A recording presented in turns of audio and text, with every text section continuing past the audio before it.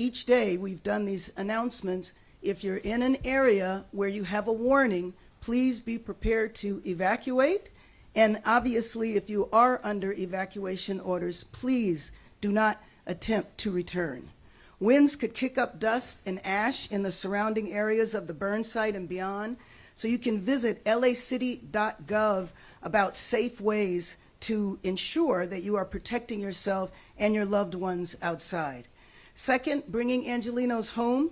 I've met with survivors over the last several days, and the number one question is, when can I get back to my property?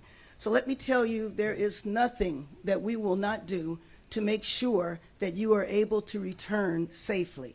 So here is where we are. There is limited reentry for residents who have been evacuated. There is a portal to check if your neighborhood is open for reentry, which can be found at lacity.gov. But to get through checkpoints, you're going to need photo ID with your name and address on it. In the Palisades area, there have recently been allowed reentry in certain areas. LA Sanitation will be operating an additional residential curbside pickup today in advance of the regularly scheduled pickup on Tuesday. But please avoid disposing of ash, hazardous waste, and burnt debris in bins. Fire bins have been removed in a phased-out approach beginning with the U.S. EPA. Reentry is based on safety. For those who cannot yet visit your properties, it's because firefighters are still at work to prevent fires, to prevent flare-ups. There are hazardous materials being dealt with. Utility repairs are underway, or there is other emergency work that makes it unsafe to be in the area. So note as well, there is still a do not drink order in the 90272 zip code and some surrounding areas. Third, the recovery. First, the city's one-stop disaster recovery center at Pico and Westwood is open every day from 9 a.m. to 6 p.m., and it's where you can find an array of services on every level of government. You can replace documents right on the spot, and you can receive resources. Our Chief Recovery Officer, Steve Soberoff, has hit the ground running in leading the first phase of the recovery, and we'll have more updates about his work and our road to recovery later this week. To the people of the Palisades, the rebuild we know is going to take some time, but we will be alongside of you every step of the way. Angelenos, it is hopeful that we are about 48 hours away from turning the page on this particular emergency, but until then, we're going to do everything we can to keep you safe, but please make sure if you are in an area where you are asked to leave, please cooperate. That is the way we keep all Angelenos safe. And with that, let me bring up our fire chief, Chief Crowley.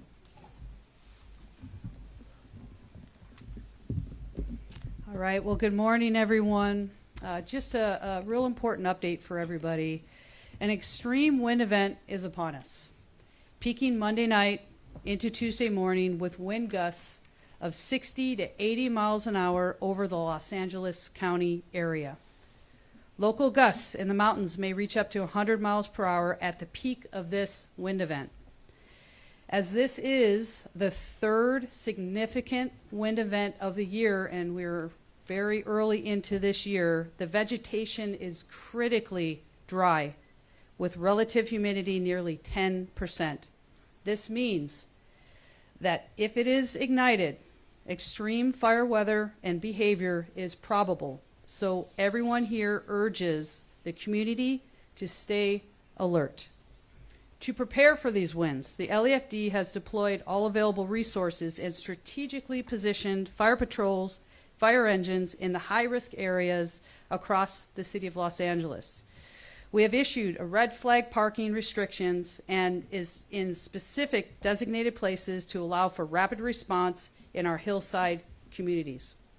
We are also strategically managing our emergency operations to ensure a rapid response to all new fires and anything that's anticipated with our increased call volume within the entire city of Los Angeles. In addition to this robust resources deployment of the LAFD, Our regional and state partners have pre-positioned fire engines and aircrafts across Southern California to ensure a swift response to any fires in the area. Now remember, this is very, very important. Flying embers from a wildfire can destroy homes for over a mile away. Taking the necessary measures to prepare your home can help increase the chance of survival when a wildfire strikes. Please make sure that you can clear all your brush within 200 feet of your home, and for more information, visit lefd.org wildfire. I'll now provide just a brief update on the Palisades fire. The fire remains at 23,713 acres with 59% containment. Damage assessments are ongoing, and as of today, there have been 6,051 structures destroyed. There are currently 5,125 personnel assigned to this incident, and repopulation efforts continue. Now, I urge everyone to stay alert as the danger has not yet passed. Please follow all evacuation warnings and orders without delay and prioritize your safety. I'd like to take just a moment to thank our entire community for your continued support and readiness. Thank you to all of our first responders, everybody that's been involved in all of these incidents, not only in the city of LA, but in the county and Southern California. And I tell you, everybody will continue to work very, very hard and tirelessly. We remain fully committed to ensuring public safety. Thank you. I would now like to introduce our Police Chief, Jim McDonald. Thank you, Chief. Good morning. I'd like to provide just a few comments on the red flag warning and then an update on LAPD resources dedicated to the Palisades fire area. As the LAPD and our partner agencies continue to repopulate evacuated residents, I want to remind those returning to their homes and everyone in the city of Los Angeles that we're entering into another period of strong Santa Ana winds, creating another particularly dangerous situation. I want to ask all of you to please listen to all notifications regarding these conditions and prepare evacuation plans in advance instead of waiting to receive the call to leave. The difference could be life or death. If you receive a warning, please leave. Do not wait for a mandatory evacuation order. If mandatory evacuation order is issued, please cooperate with law enforcement who are there to assist you to evacuate quickly and safely. During the period, we want to do our absolute best to ensure that the events of the past 2 weeks do not repeat themselves. Currently, all mandatory evacuation orders have been lifted except in the fire-burned areas. In this area, the curfew remains in effect from 6 p.m. to 6 a.m., so I ask you please stay out of those areas. If you see something or someone suspicious, please call 911. All of you are our best set of eyes that we could have, helping to identify trouble before it starts or to be able to get on it right away to prevent further damage.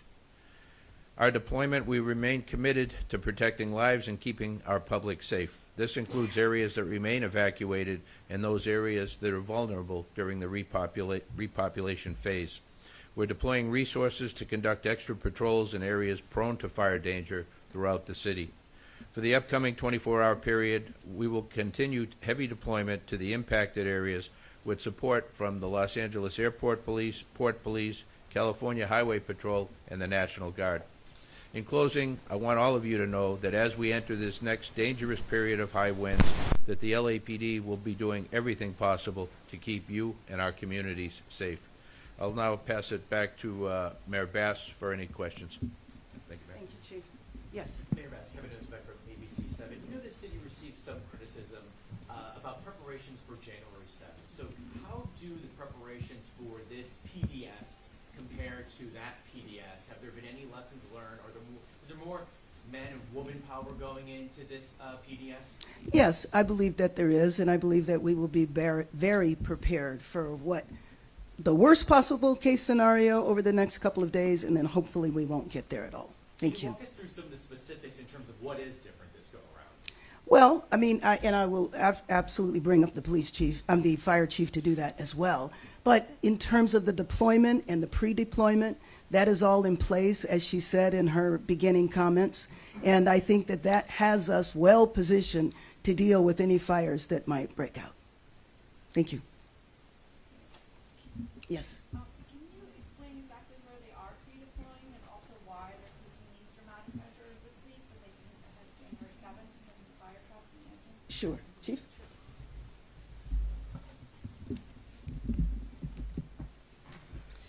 So I want to start with your specific question, and that is what is different today than it was 14 days ago on January 7th. So from our lens, we're looking at it from, yes, we have extensive and extreme winds. Santa Anas are here. Over the past 2 weeks, and here we are, the third wind event, that dries out the fuel, it dries out the vegetation, and there's no time for that vegetation to take any moisture in. So that's a concern. So you look at where we were compared to the 7th to now, additional resources are in the region from the federal level. In fact, I'm aware of additional super scoopers that are here ready to serve us, standing by, in addition to everything that is pre-deployed within the area in the region in case a fire breaks out. And that's just on the federal, the state, and local level. So to focus back on what the difference is, the additional resources are here from the pre-deployment within the LAFD side. The system has been working in regard to the pre-weather conferences that we have, the high-level discussions that we have that occurred on the 7th compared to where we are now. And yes, we have pre-deployed and augmented additional resources compared to then.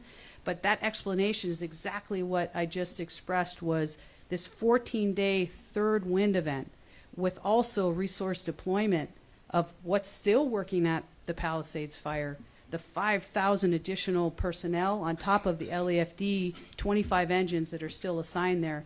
So that it also comes into account of how we make our decisions of where and how we're going to pre-deploy. And that's what went into the decisions prior to the 7th as well as today. And the two questions I asked about well, specifically where are the engines, the extra trucks? Sure, I can give you that. And we can give you a full list as well of where we're pre-deploying. And so we're augmenting and pre-deploying. The augmenting piece, I don't want to get too technical, but is where we know that we have additional resources that are still assigned to the Palisades. We augment with those engines. In fact, we have 25 engines, like I said, that are still staffed by LAFD in the Palisades. The pre-deployment, we use tactical task forces. Those are 3 engines. Those are located throughout the city. They're located at Fire Station 77, Fire Station 84, Fire Station 59, Fire Station 82. And we also have additional strike teams that are pre-deployed, but we can get you the exact locations of where they are located right now, today, pre-deployed, augmented, and that was our game plan to prepare and also lean on our additional resources that are here in the region. Just to follow up, can you define augmentation versus pre-deployment, just to make sure we are all on the same page with that? Sure. So the augmentation is where we utilize our additional field personnel from the LAFD specifically, where if we have, think about where we have engines that are already at the Palisades. Those are physically assigned to that area. We utilize other engines that, and that's what we've been talking about, where those 40 engines that are always married up with our trucks, we'll add additional personnel to that, and that's that augmentation to almost like backfill where those other 20 engines, plus there's a Cal OES engine that are assigned to the Palisades. So the augmentation is to also assist us not only to lean forward, to ensure that we have properly pre-positioned, and so that's just extra personnel that will fill in for those other engines. The pre-deployment is very, very thoughtful and strategic, where, again, think about how large the city is in regard to where we have brush, where we have wildland, and where a fire may ignite within the city. So there's a lot of thought and decisions that have to come into play as to where we can properly place them so they can be utilized the here and now. And on top of that, I think it's really important that also everybody understands is our fire department is also still responding to those 911 calls in the time of need. And we're extremely busy in the city. That is our job, to ensure that we're providing that 911 service ongoing on top of pre-deploying, augmenting, and still responding to the Palisades fire. So last week, LAFD sent out a press release showing where everyone was pre-deployed on the 7th. Added up to 122 firefighters. Right. Can you give us a sense today of how many firefighters are pre-deployed and part of this augmented plan? Just kind of see how it compares to the 122. Sure.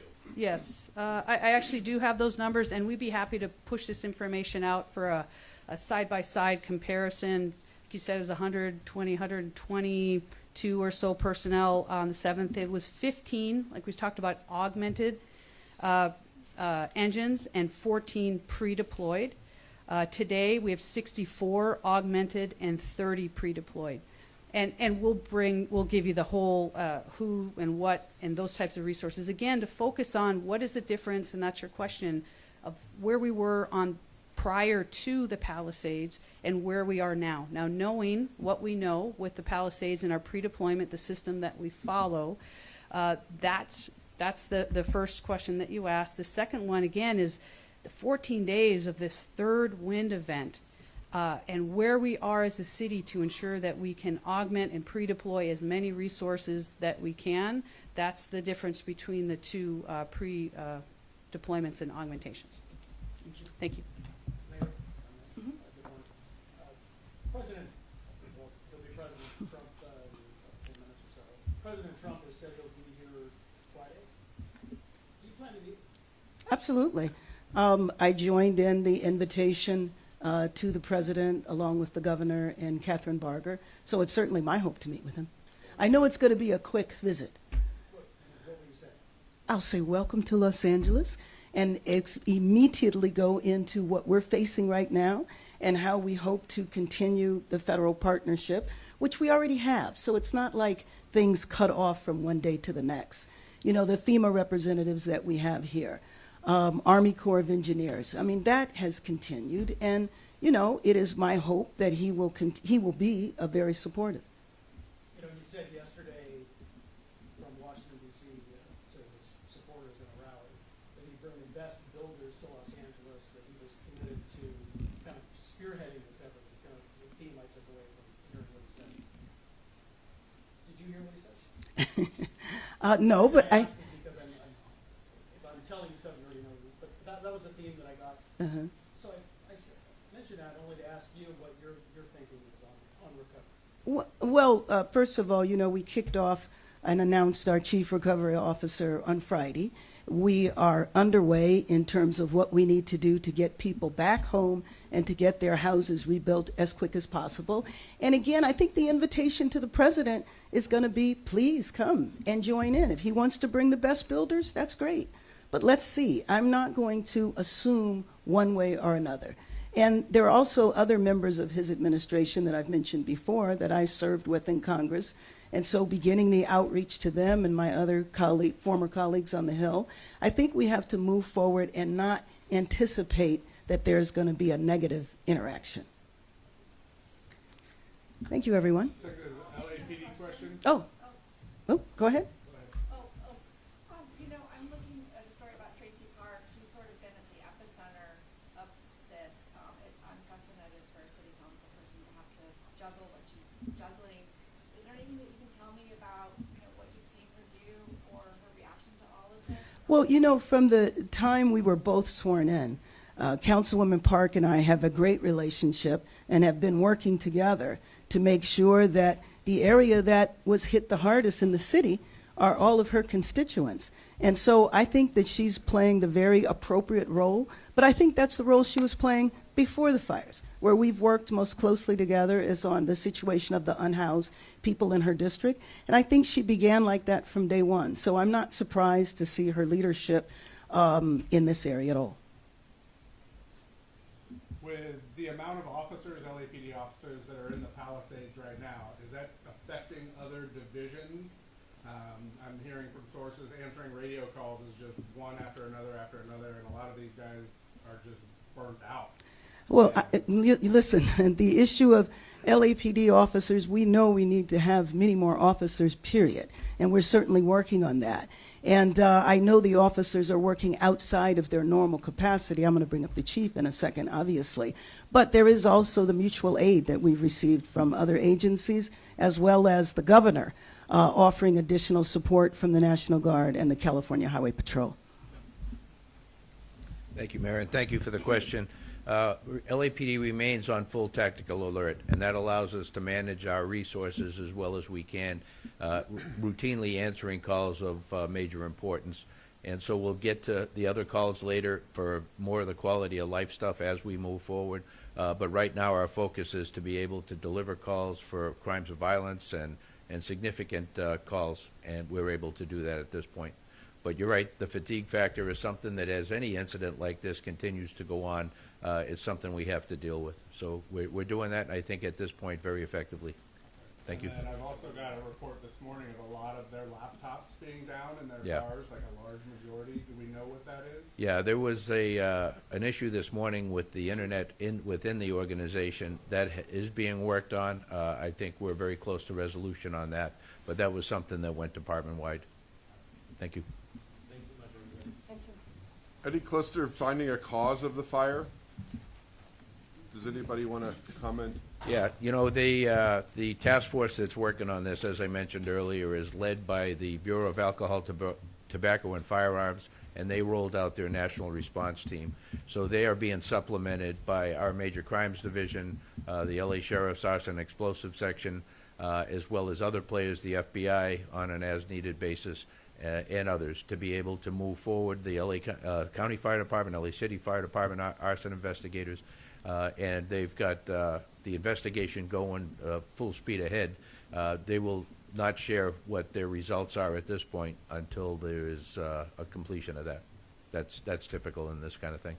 Thank you. Thank you, everyone. Chief Rowe, can we get like 3 minutes from you?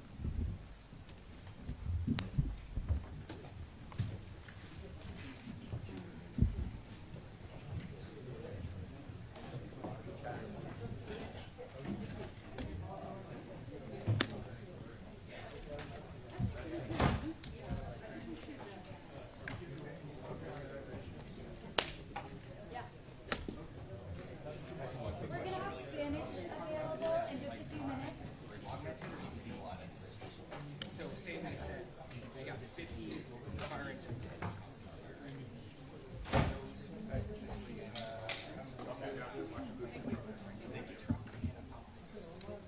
So that's a total of, when you separate, Yeah. Yeah. Around 8:15.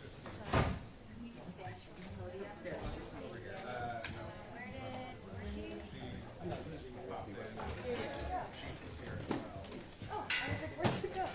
Hey, Joel, I'm so sorry.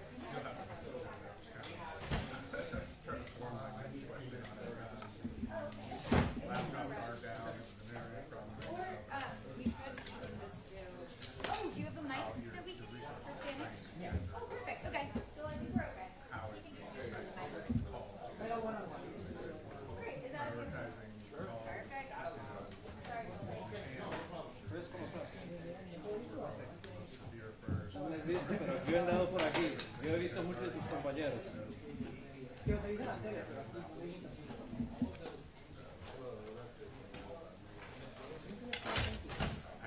habías venido aquí?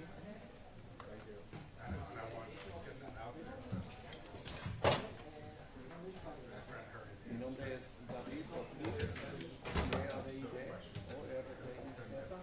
Soy vocero con el Departamento de Bomberos de la Ciudad de México. I didn't have my, they kind of, El incidente de Palisades hemos tenido mucho trabajo que se ha llevado a cabo durante esta neblina que ha beneficiado la unidad y gracias a ello tenemos una línea de control del 60% en alrededor de los 23.7 acres, 23.7 mil acres que se han quemado y gracias a eso nos sentimos muy seguros de que vamos a poder avanzar bastante. El servicio meteorológico ha pedido que la condición de bandera roja se está usando la región una vez más.